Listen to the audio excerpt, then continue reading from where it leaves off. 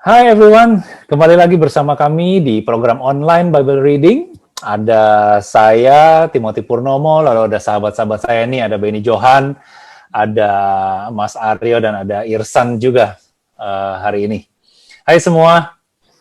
Hai semuanya. Halo semua, selamat sore. Selamat sore. Kebetulan kita sore nih tapingnya hari ini ya, jadi selamat sore. Seperti biasa kami percaya bahwa teman-teman semua yang mendengarkan maupun menyaksikan program online Bible Reading ini dalam keadaan sehat, dalam keadaan aman, lalu juga tetap kreatif dan tetap produktif ya di dalam kesehariannya, dan semakin mengenal pribadi Yesus Kristus melalui setiap Bible Reading ini, gitu ya. Gimana kabar semuanya ya? Semua baik-baik ya pasti ya? Awesome. Baik, aman, sehat. Oke, good. Kita mau bahas apa dulu nih untuk introduction nih, Ben? Di account apa maksudnya sih? Lately apa nih yang sedang kita soroti nih, yang sedang disoroti? Ya, basically ya dalam 3 hari pemilu Amerika ya, itu something big sih gitu. Cuman yang baru terjadi beberapa hari kemarin kan juga gempa bumi di Turki ya, sama Greece gitu. Jadi ya kita melihat aja gitu loh, karena kita udah baca terus kita lihat ya itu dia pada saat itu mensinkronisasi dengan apa yang kita baca di Alkitab, itulah yang meneguhkan ya timelinenya ada di situ. Gitu. Betul. Jadi kembali lagi ya, kita mesti peka selalu ya dengan apa yang terjadi di sekeliling kita. Ya. Sejak awal online Bible Reading ini kami lakukan, ya kita memang mau mempertajam ya sense kita ya tentang timeline Tuhan ini, gitu loh. Nah, kita nggak bahas akhir zaman seperti apa, tapi kita justru bahas timeline kerjanya Tuhan yang semakin terlihat, dan semuanya kembali lagi ke Bible sih, kita jadi nggak kira-kira ya. Betul. Oke. Semua udah siap ya? Kita mau lanjut ke Kisah Para Rasul 23. Siap. Oke. Irsan baca dulu ya, Kisah Para Rasul 23 ya? Ya. Oke. Kisah Para Rasul 23. Terjemahan baru. Sambil menatap anggota-anggota Mahkamah Agama, Paulus berkata, "Hai saudara-saudaraku, sampai kepada hari ini aku tetap hidup dengan hati nurani yang murni di hadapan Allah. Tetapi imam besar Ananias menyuruh orang-orang yang berdiri dekat Paulus menampar mulut Paulus. Membalas itu, Paulus berkata kepadanya, Allah akan menampar engkau, hai tembok yang dikapur putih-putih. Engkau duduk di sini untuk menghakimi aku menurut hukum Taurat. Namun engkau melanggar hukum Taurat oleh perintahmu untuk menampar aku. Dan orang-orang yang hadir di situ berkata, engkau mengejek imam besar Allah. Jawab Paulus, hai saudara-saudara, aku tidak tahu bahwa dia adalah imam besar. Memang ada tertulis, janganlah engkau berkata jahat tentang seorang pemimpin bangsamu. Dan karena ia tahu bahwa sebagian dari mereka itu termasuk golongan orang Saduki dan sebagian termasuk golongan orang Farisi, ia berseru kepada mahkamah agama itu. Katanya, hai saudara-saudaraku, aku adalah orang Farisi, keturunan orang Farisi. Aku dihadapkan ke mahkamah ini karena aku mengharap akan kebangkitan orang mati. Ketika ia berkata demikian, timbullah perpecahan antara orang-orang Farisi dan orang-orang Saduki, dan terbagi-bagilah orang banyak itu. Sebab orang-orang Saduki mengatakan bahwa tidak ada kebangkitan dan tidak ada malaikat atau roh. Tetapi orang-orang Farisi mengakui kedua-duanya. Maka terjadilah keributan besar. Beberapa ahli Taurat dari golongan Farisi tampil ke depan dan membantah dengan keras. Katanya, kami sama sekali tidak menemukan sesuatu yang salah pada orang ini. Barangkali ada roh atau malaikat yang telah berbicara kepadanya. Maka terjadilah perpecahan besar sehingga kepala pasukan takut kalau mereka akan mengoyak-ngoyak Paulus. Karena itu, ia memerintahkan pasukan untuk turun ke bawah dan mengambil Paulus dari tengah-tengah mereka dan membawanya ke markas. Lanjut. Pada malam berikutnya, Tuhan datang berdiri di sisinya dan berkata kepadanya, kuatkanlah hatimu, sebab bagaimana engkau dengan berani telah bersaksi tentang aku di Yerusalem, demikian jugalah hendaknya engkau pergi bersaksi di Roma. Wow. Ya, itu dulu. Wow. Kan, gitu ceritanya. Nah, sekilas aja nih, kan dari kemarin kita baca kayaknya sama terus ya. Paulus dibawa, ribut, dibawa lagi masuk penjara, keluar. Ini hari ini kita baca begini lagi nih. Betul. Ya, cuman apa nih yang mau di-highlight nih? Dia Kalau menurut saya dia benar-benar berhikmat ya. Dia tahu siapa yang dihadapi, karakter apa yang mereka yakini masing-masing. Dia tahu apa yang bisa menimbulkan pertengkaran. Dia tahu itu kan yang diucapkan itu istilahnya membela salah satu pihak dari yang menghakimi itu kan, bahwa ada yang percaya kalau akan ada kebangkitan. Iya. Nah, dari situ ya bersaksi buat Tuhan juga nggak cuman main asal maju aja gitu, tapi tetap harus ada pengetahuan dan akal budi sih. Iya. Iya. Ya, menurut aku gitu. Betul. Ya. Lo Tim, apa Tim? Oh, kalau gue ngelihat sesuatu yang menariknya adalah tentang ini. Di situ ada orang Farisi dan di situ ada orang Saduki ya. Kita tahu bahwa orang Farisi ya sebenarnya ahli-ahli Taurat itu sendiri ya. Mereka yang mengerti sekali gitu. Which is mereka adalah orang Yahudi, benar dong? Orang-orang pinter ya gitu. Lalu ada orang Saduki yang nggak percaya kebangkitan. Tapi di sini Paulus mengatakan kan bahwa ya aku juga keturunan Farisi gitu loh. Iya kan? Iya. Ya tapi ya. Jadi dia tahu luar dalamnya juga cara. Iya. Jadi dia gitu makanya ya, dia. kan? Yes. Makanya kayak di akhirnya kan tadi dibilang iya kita nggak ketemu sesuatu yang buruk di antara orang ini gitu. Iya. Nah, cuman ada satu yang gue highlight ya, gue menarik di sini apa yang Paulus katakan sih, ini lucu ya, dia ditampar, lalu dia bilang, engkau duduk, dia bilang, hai, Allah akan menampar engkau, hai tembok yang dikapur putih-putih ya, gitu. Itu gue jadi ingat tentang kuburan yang dilabur putih ya, kuburan yang dicat putih ya. Di situ kita jadi diingetin lagi gitu loh. Jangan jadi orang munafik gitu ya. Kita nampar orang, tapi kita sendiri penuh dengan kebusukan gitu loh hidupnya. Nah ini yang pelajaran yang sangat relevan ya dengan dunia kita sekarang menurut gue ya. Ya, jangan maling teriak maling lah kalau orang bilang sehari-hari gitu. Itu sih yang menarik buat gue sih.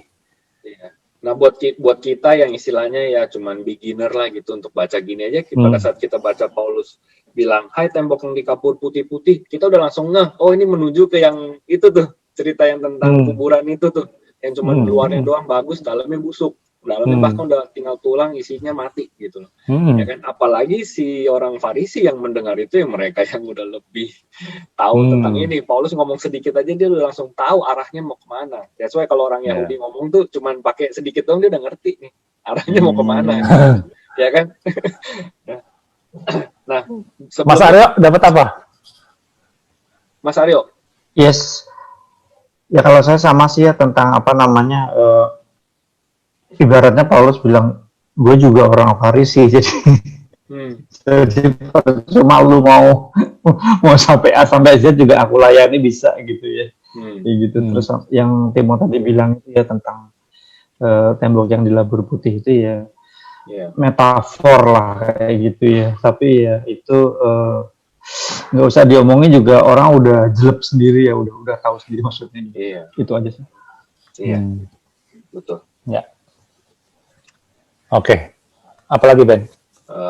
Ini aja sih kan di sebelumnya kita sempat bilang, oh ya kalau orang Saduki itu nggak percaya kebangkitan ya gitu-gitu ya. Nah ini dia sumbernya.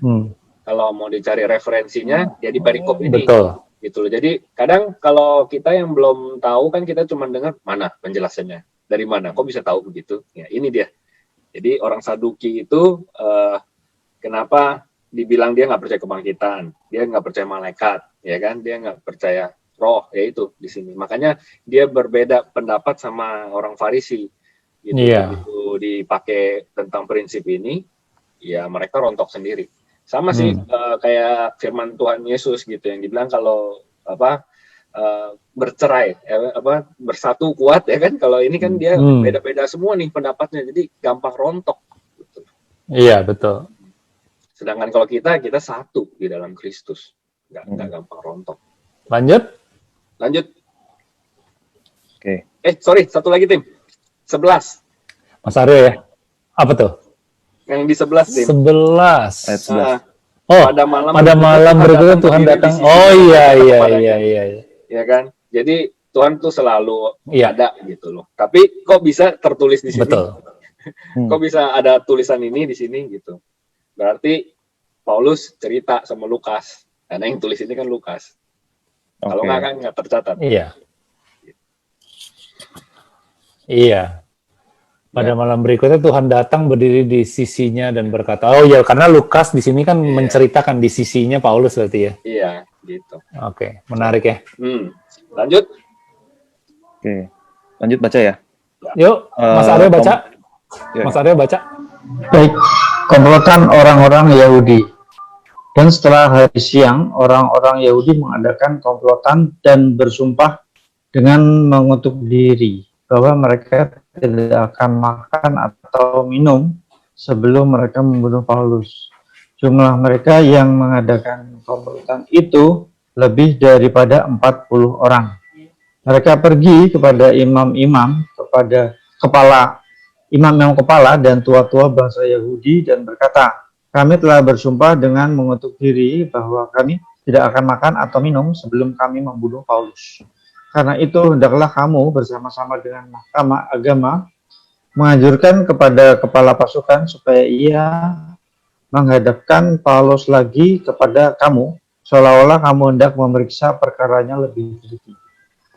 Dan sementara itu kami sudah siap sedia untuk membunuh dia sebelum ia sampai kepada kamu. Akan tetapi kemenakan Paulus, anak saudaranya perempuan, mendengar tentang penghadangan itu. Ia datang ke markas dan setelah diizinkan masuk, ia memberitahukannya kepada Paulus. Lalu Paulus memanggil salah seorang perwira dan berkata kepadanya, bawalah anak ini kepada kepala pasukan, karena ada sesuatu yang perlu diberitahukannya kepadanya. Perwira itu membawa tahanan itu memanggil aku dan meminta supaya aku membawa anak muda ini kepadamu. Sebab ada yang perlu diberitahukannya kepadamu. Maka kepala pasukan itu memegang tangan anak muda itu, lalu membawanya ke samping dan bertanya, apakah yang perlu kau beritahukan kepadaku? Jawabnya, orang-orang Yahudi telah bersepakat untuk meminta kepadamu, supaya besok engkau menghadapkan Paulus lagi ke mahkamah agama. Seolah-olah mahkamah itu mau memperoleh keterangan yang lebih teliti daripadanya. Akan tetapi janganlah engkau mendengarkan mereka, sebab lebih daripada 40 orang dari mereka telah siap untuk menghadang dia. Mereka telah bersumpah dengan mengutuk diri bahwa mereka tidak akan makan atau minum sebelum mereka membunuh dia. Sekarang mereka telah siap sedia dan hanya menantikan keputusanmu. Lalu kepala pasukan menyuruh anak muda itu pulang dan memerintahkan kepadanya, jangan katakan kepada siapapun juga bahwa engkau telah memberitahukan hal ini kepadaku. Ya, gitu. Lucu ya. Apa yang didapatkan? Yang mau di-highlight? Kalau gue sih kayaknya orang niat banget mau bunuh orang sampai harus puasa ya. Sampai harus puasa, sampai harus benar-benar luar biasa. Bukannya jadi nggak ada tenaga ya? Karena makan nggak minum. Gitu. Ya kan sebenarnya ya ditunda aja. Makin lama kan tenaganya makin habis kan. Iya. Gitu. Iya. Tapi kayak yang waktu kemarin kita baca tuh, kuncinya tetap di kepala pasukan itu tuh. Betul. Ya kan? Gitu. Ya. Gue dapat sesuatu yang barusan nih. Gue barusan kayak dapat sesuatu. Gue mau bagiin gini. Kejahatan itu sifatnya bisa lebih besar daripada kebaikan gitu loh. Kayak niat jahat maksud gue. Niat jahat itu bisa merajai pikiran dan tubuh kita tuh jauh lebih besar daripada kebaikan gitu loh. Maksudnya lebih cepat menjalar gitu loh. Yeah. Itu menurut kalian setuju nggak sih? Jadi kalau kita lihat dari sini kayaknya gila ya, orang sampai niatnya sampai seperti itu gitu loh. Bahkan kan kalau mau dipikir logika, masa mau bunuh orang aja lu sampai harus puasa, nggak makan, nggak segala macem gitu loh. Iya. Iya. Gitu. Dan sudah bersumpah dengan mengutuk diri gitu. Iya. Jadi sebenarnya sih memang semuanya udah ada upahnya masing-masing gitu. Karena when there is no love di dalam hidup kita, maka hal-hal yang kayak gini tuh gampang sekali merasuk gitu loh. Ya. Iya, kayak menjalar sekali gitu kan menurut gue ya. When there is no love ya, nggak ada kasih di situ gitu. Ya. Oke. Kita lanjut ya. Paulus dipindahkan ke Kaisarea. Gue baca deh. Ya. Kemudian kepala pasukan memanggil 2 perwira dan berkata, nah ini kan tadi yang kepala pasukan kan, yang dikasih tahu. Dia panggil 2 perwira, siapkan 200 orang prajurit untuk berangkat ke Kaisarea beserta 70 orang berkuda dan 200 orang bersenjata lembing kira-kira pada jam 9 malam ini. Sediakan juga beberapa keledai tunggang untuk Paulus dan bawalah dia dengan selamat kepada wali negeri Felix. Jadi mau dipindahin nih. Dan ia menulis surat yang isinya sebagai berikut. Salam dari Claudius Lysias kepada wali negeri Felix yang mulia. Orang yang ditangkap oleh orang-orang Yahudi dan ketika mereka hendak membunuhnya, aku datang dengan pasukan mencegahnya dan melepaskannya, karena aku dengar bahwa ia adalah warga negara Roma. Untuk mengetahui apa alasannya mereka mendakwa dia, aku menghadapkannya ke mahkamah agama mereka. Ternyatalah bagiku bahwa ia didakwa karena soal-soal hukum Taurat mereka.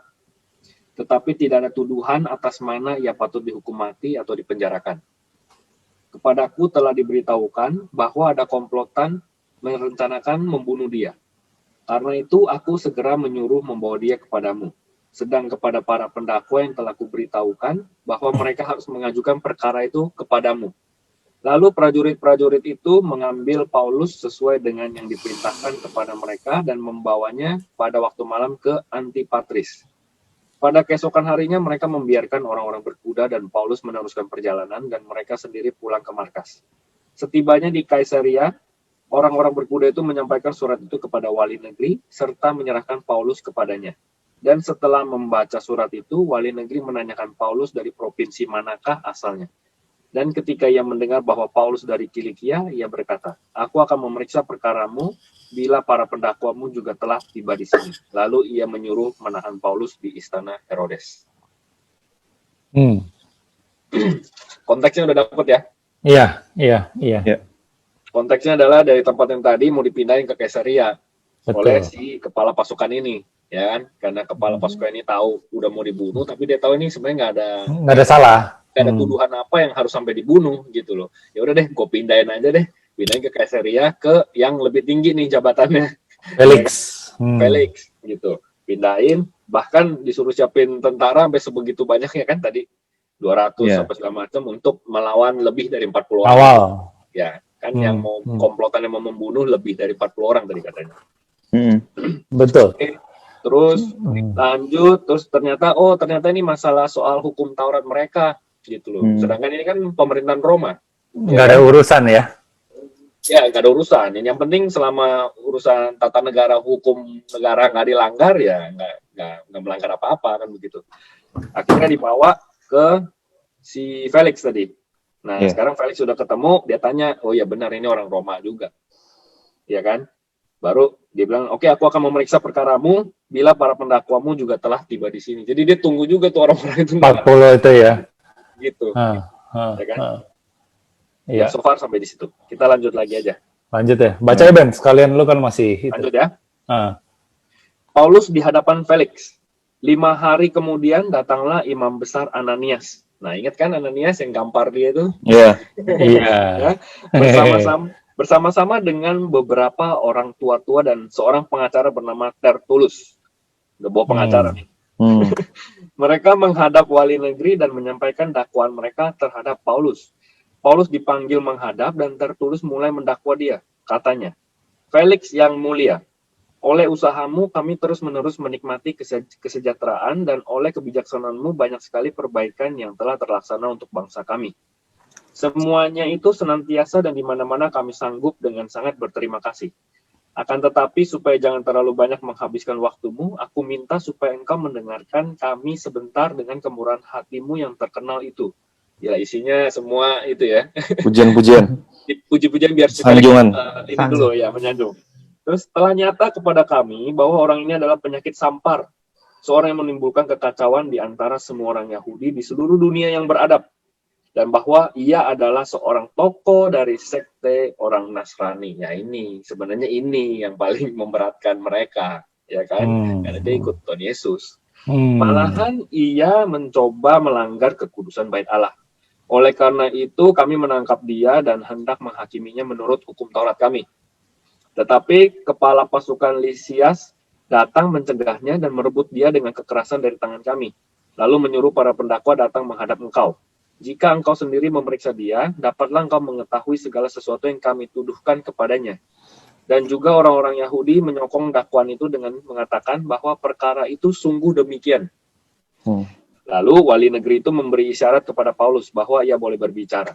Nah, gantian. Ya udah deh, Paulus, lu mau ngomong apa nih? Sekarang lu dituduh kayak gini, ya kan?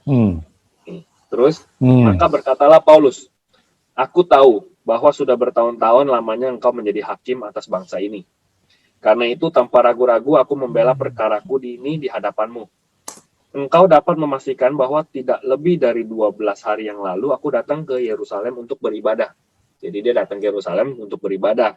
Dan tidak pernah orang mendapati aku sedang bertengkar dengan seseorang atau mengadakan huru-hara baik di dalam bait Allah maupun di dalam rumah ibadat atau di tempat lain di kota. Intinya dia tertib aja datang gitu, ya kan? Dan mereka tidak dapat membuktikan kepadamu apa yang sekarang dituduhkan mereka kepada diriku. Tetapi aku mengakui kepadamu bahwa aku berbakti kepada Allah nenek moyang kami dengan menganut jalan Tuhan. Nah, pada saat kita baca jalan Tuhan ini kita tahu the way Tuhan Yesus Kristus kan, gitu. Jadi, ya kan? Yaitu jalan yang mereka sebut sekte. Jadi sebenarnya ini the way, dia malah bilang ini sekte, ya, aliran, betul, aliran. Aku percaya kepada segala sesuatu yang ada tertulis dalam hukum Taurat dan dalam kitab nabi-nabi. Nah ini kan yang mereka percaya, guys, ya kan? Jadi dia bilang, gue juga setuju kok apa yang mereka percaya.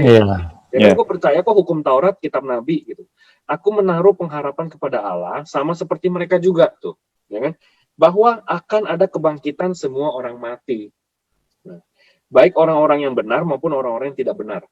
Sebab itu aku senantiasa berusaha untuk hidup dengan hati nurani yang murni di hadapan Allah dan manusia. Dan setelah beberapa tahun lamanya, aku datang kembali ke Yerusalem untuk membawa pemberian bagi bangsaku dan untuk mempersembahkan persembahan-persembahan. Sementara aku melakukan semuanya itu, beberapa orang Yahudi dari Asia mendapati aku di dalam bait Allah. Jadi ini sebenarnya orang Yahudi yang dari Asia yang ngikutin dia tuh. Ya kan? Sesudah aku selesai mentahirkan diriku tanpa orang banyak dan tanpa keributan. Merekalah yang sebenarnya harus menghadap engkau di sini. Dan mengajukan dakwaan mereka. Jika mereka mempunyai sesuatu terhadap aku. Namun biarlah orang-orang yang hadir di sini sekarang menyatakan kejahatan apakah yang mereka dapati ketika aku dihadapkan di mahkamah agama. Atau mungkinkah karena satu-satunya perkataanku yang aku serukan. Nah ini dia tahu nih, karena dia ngomong kayak gini mereka jadi panas, ya kan? Ketika aku berdiri di tengah-tengah mereka, yakni karena hal kebangkitan orang-orang mati. Aku hari ini dihadapkan kepada kamu. Jadi dia sebenarnya memberitakan tentang resurrection. Betul, ya, gila ya. Kristus, gitu. Ya, 22. Tetapi Felix yang tahu benar-benar akan jalan Tuhan, menangguhkan perkara mereka. Jadi si Felix ini juga punya knowledge tentang ini.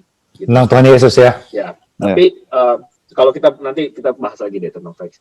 Menangguhkan perkara mereka, ditangguhkan. Ya, perkara mereka. Katanya setibanya kepala pasukan Lisias di sini, aku akan mengambil keputusan dalam perkaramu.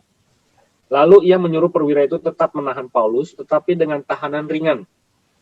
Dan tidak boleh mencegah sahabat-sahabatnya melayani dia. Sampai di titik ini kita merasa si Felix ini oke nih gitu. Ya. 24. Dan setelah beberapa hari datanglah Felix bersama-sama dengan istrinya Drusilla seorang Yahudi. Ia menyuruh memanggil Paulus lalu mendengar daripadanya tentang kepercayaan kepada Yesus Kristus.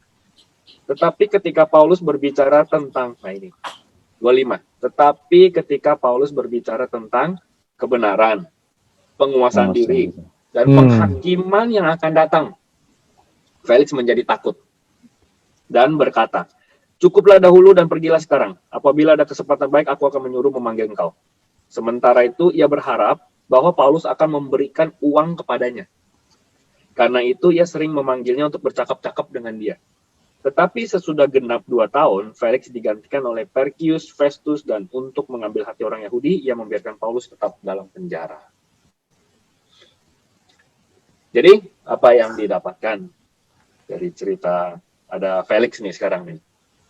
Sekarang tokoh Felix nih yang ini kan, yang diceritain kan? Iya.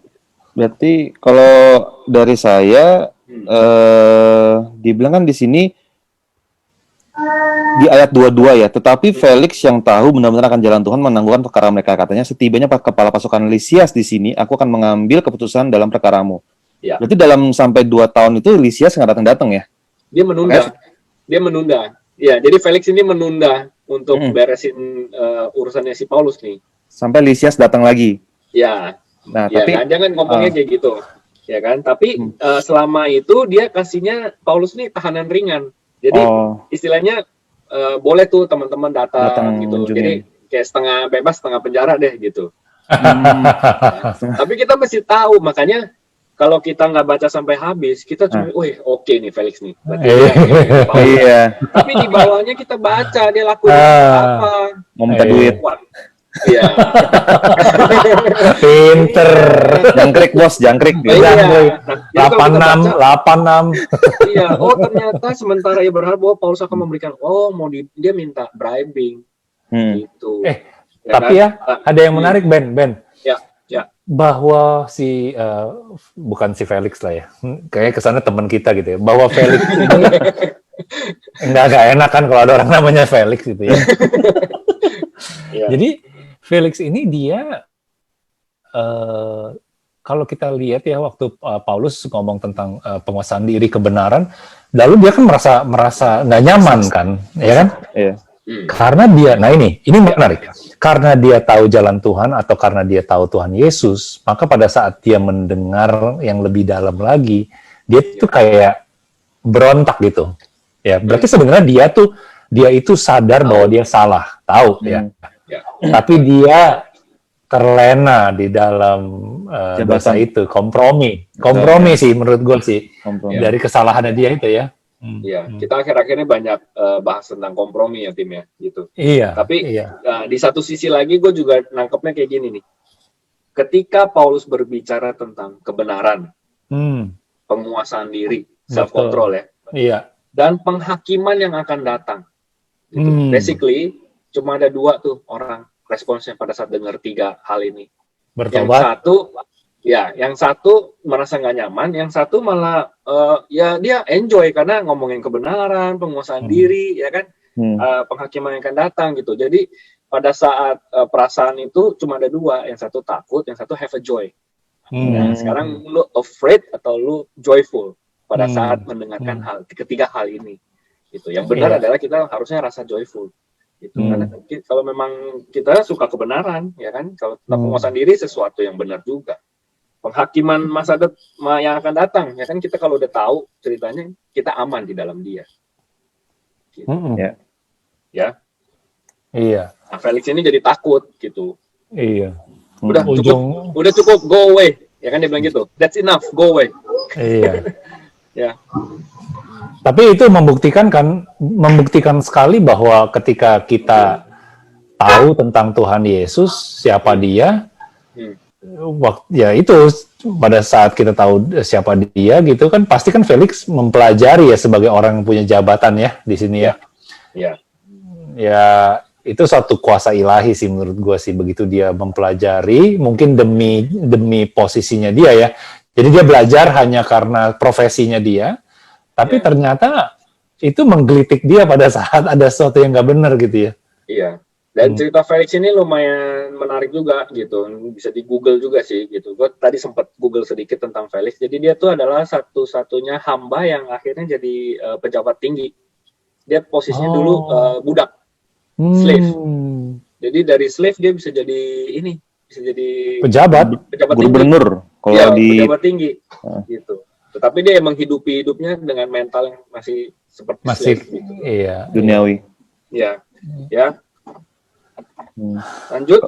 Kalau tadi di BIMK sih bacanya dia gubernur dibilangnya, gubernur ya. Felix. Iya. Tinggi kan? Tinggi sekali. Iya, jabatan tinggi. Iya. Mas Aryo, tadi mungkin ada tanggapan nggak tentang gubernur Felix? Ya, yang jelas Paulus itu dibawa kepada otoritas yang semakin tinggi lagi dari sebelumnya. Jadi dari kepala pasukan ini bisa lama-lama naik ke gubernur seperti itu. Jadi seorang gubernur yang punya kapasitas dan otoritas tinggi, walaupun pasti harus dia itu istilahnya kiss somebody's ini ya, apa namanya, asal bapak senang. Jadi dia dari pelayan dia bisa naik itu udah apa namanya well answered ya. Oh, caranya gitu dia naik ke level yang lebih tinggi kayak gitu. Dan takes over 2 years si Paulus itu kayak dimasukkan ke penjara. Kamu di sini aja, anteng-anteng aja kamu di sini ya. 2 tahun itu aja sih. Mungkin ini salah satu cara Tuhan menjaga Paulus juga kali ya. Maksudnya ini tempat yang cukup aman mungkin berarti kan selama 2 tahun ada 40 orang itu udah mati nggak makan nggak minum kali kan. Belum berhasil bunuh Paulus. Belum berhasil, jadi masuk dulu ya, dijaga gitu. Jadi sebenarnya sih ya, selama intinya gini, selama kita benar ya udah santai aja. Tapi memang nggak bilang nggak akan ada cobaan, nggak akan jadi berat atau segala macam, tapi tetap tenang aja gitu. Iya, tapi Paulus kan tetap di penjara sama si Perkius Festus ini juga ya, gitu loh. Iya. Oke, mungkin sesi ini kita selesaikan di sini ya. Ya, sampai di pasal 24. 24 ya akhirnya berarti kita udah belajar tadi, coba tadi kita udah belajar apa ya di pasal 23. Kita belajar tentang ini ya, kita diingetin tentang hey, waktu Paulus ditampar ya, tentang tembok yang di kapur putih gitu. Jadi jangan sampai kita jadi seperti orang-orang Farisi ya gitu. Kita teriak, kita tampar orang padahal diri kita juga pantas ditampar gitu. Gitu ya. Ya kan? Iya. Lalu ya kita melihat penyertaan Tuhan begitu besar ya. Gue selalu amazed ya dengan Paulus ya, pada saat dia benar-benar udah susah, disesah, di segala macam itu, tapi Tuhan tetap hadir untuk dia gitu loh. Yeah. Jadi Tuhan nggak pernah ninggalin anaknya sih gitu loh, umatnya ya gitu. Yeah. Terus di 24 apa nih yang kita pelajari ya tentang ini ya, tentang Felix ya yang barusan kita bahas ya. Iya. Gitu. Oh, ada satu lagi. Jadi pada saat Paulus memberikan pembelaan, sebenarnya dia sedang mengajar. Kalau gue melihat satu yang ini ya, yang sangat jelas di situ ya. Karena dia tahu kebenaran, jadi dia nggak perlu lagi. Kalau bahasa gue sama Benny, kebenaran itu nggak perlu di sugar coating gitu, nggak perlu dicakep-cakepin gitu ya, dimanis-manisin lagi ya. Udah ngomong aja gitu, ngomong kebenaran. Iya, nggak perlu ditambah-tambah lagi. Iya, nggak perlu di-marinate, nggak perlu. Iya. Jadi kalau Paulus itu memberikan pembelaan, ya dia lagi ngajar sebenarnya gitu tentang kebenaran itu. Iya. Ya, jadi yang di 24 sih yang paling nyala nih buat gue tadi sebenarnya tentang Paulus pada saat dia bicara kebenaran, penguasaan diri, dan penghakiman yang akan datang. Iya. Jadi ini juga buat ngecek kita sendiri juga selalu tentang ini gitu loh, ya kan? Karena yang sebelumnya Mas Ado pernah bilang tuh lifestyle gitu. Nah pada saat lifestyle-nya nggak sesuai, pada saat dengar seperti ini pasti jadi nggak nyaman. Gitu. Jadi itu parameter kita juga gitu. Karena dari situ kita tahu nih si Felix kenapa merasa seperti itu, ya kan? Iya. Iya banget. Ya. Oke. Thank you so much, Ben, Irsan, Thank you, Mas Aryo. Thank you. Terima kasih. Kita ketemu di sesi berikutnya. Bye bye. God bless. Bye. Bye.